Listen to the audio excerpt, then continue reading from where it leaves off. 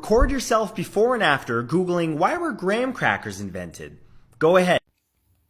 So if you thought that I was going to come in here and just be like, I'm so surprised, you're new here, welcome.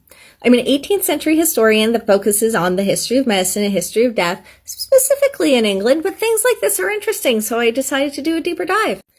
So let's look into the Reverend Sylvester Graham a little bit. He was born in New England.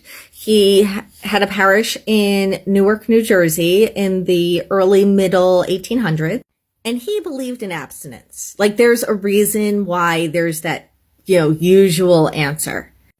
But it wasn't just abstinence from sex. Like, he abstained from everything. He didn't want caffeine. He didn't want sugar, no spices, no meat. He actually helped found the American Vegetarian Society. He slept on a hard mattress. He liked cold showers. He wanted loose clothing. In his treatise on bread and bread making, he has an entire chapter on who he believes are the only people who can make bread.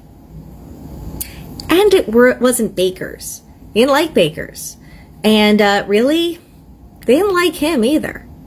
So during the era, bakers were following a specific culinary trend that removed any fiber or nutrition from the wheat they were using.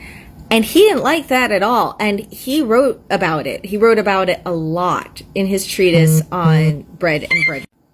And bakers were so against what he was saying that they didn't just write about him. In some cases, they actually attacked him in protest. And even though, as you read his treatise on bread and bread making, you can look at it and be like, are we still talking about bread?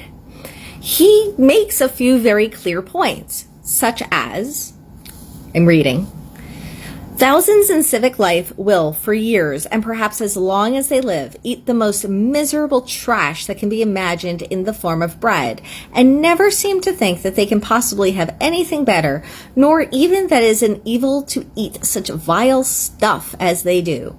And while his treatise includes a couple of different recipes, his is kind of interspersed throughout it, and it's mostly coarse, unsifted wheat flour, carbonate of soda, a very little bit of sugar, and yeast.